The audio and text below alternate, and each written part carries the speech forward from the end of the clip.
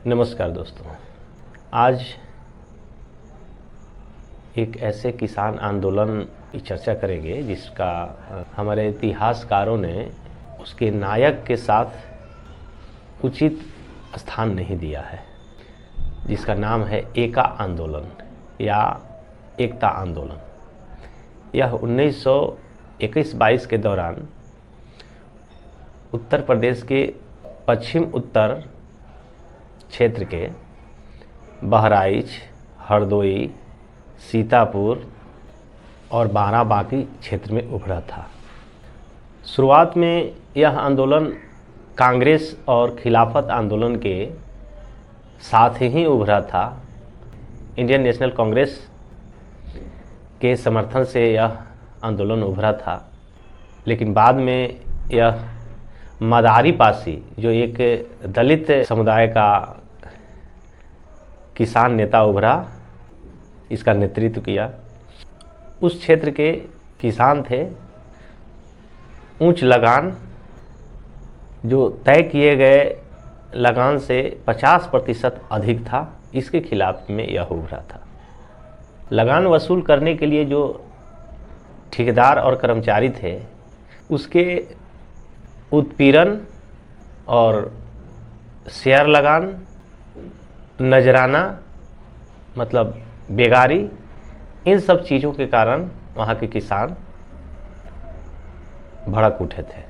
इसके अंतर्गत एका सभाओं की आयोजन होता था और उसमें गंगा के प्रतीक एक गड्ढा खोदा जाता था, उसमें पानी भरा जाता था, धार्मिक अनुष्ठान होते थे और सभी किसान एकजुट होकर कसम खाते थे, शपथ लेते थे और उसमें एक पुजारी को भी बुलाया जाता था। अब एक कसम खाते थे कि वे तय राशि से ज़्यादा लगान नहीं देंगे, नजराना नहीं देंगे, उत्पीड़न का विरोध करेंगे। नजराना मतलब बेगारी।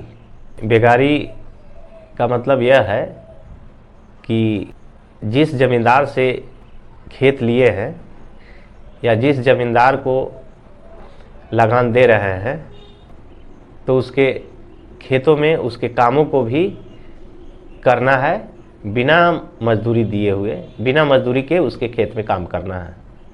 उसको नजराना या बेगारी कहा जाता था। उस सभी किसानों को देना होता था, ज़मींदारों को।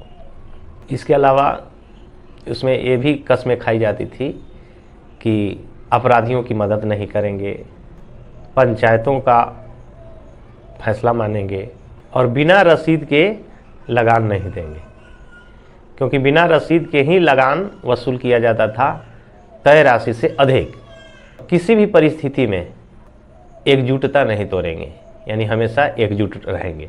जो छोटे छोटे ज़मींदार थे, भारी भू राजस्व के कारण वो भी ब्रिटिश सरकार से नाराज़ थे, वे भी इस आंदोलन का हिस्सा बन गए।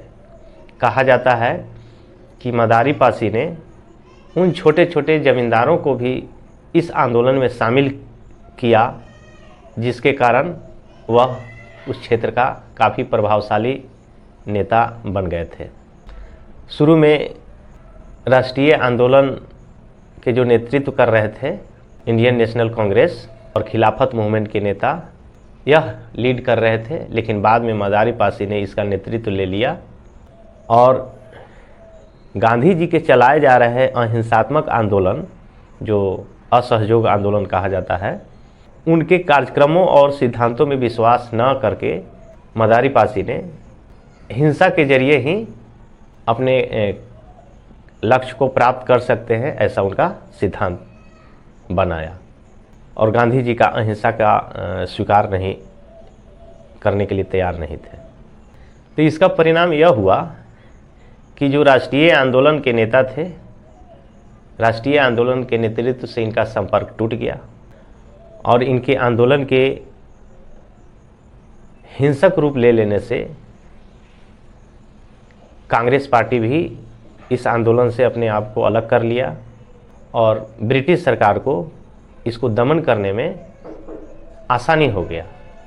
और कांग्रेस के जो उदारवादी नेता थे, उन लोगों से भी इस आंदोलन का समर्थन कम हो गया और ब्रिटिश सरकार का आसान शिकार बन गए। कहा जाता है कि मदारी पासी ने भगत सिंह से भी मिले थे, हिंदुस्तान सोशलिस्ट रिपब्लिक एसोसिएशन का हिस्सा भी बन गए और उन्हीं के सिद्धांतों पर किसानों को एकजुट किया। जब बाद में दमन चक्र चलाया जाने लगा तो मदारी पासी ने अंडरग्राउंड हो गए, भूमिगत हो गए और बहुत सारे किसान और इनके जो सहयोगी थे मारे गए। हालांकि इनका मौत का रहस्य बना हुआ है।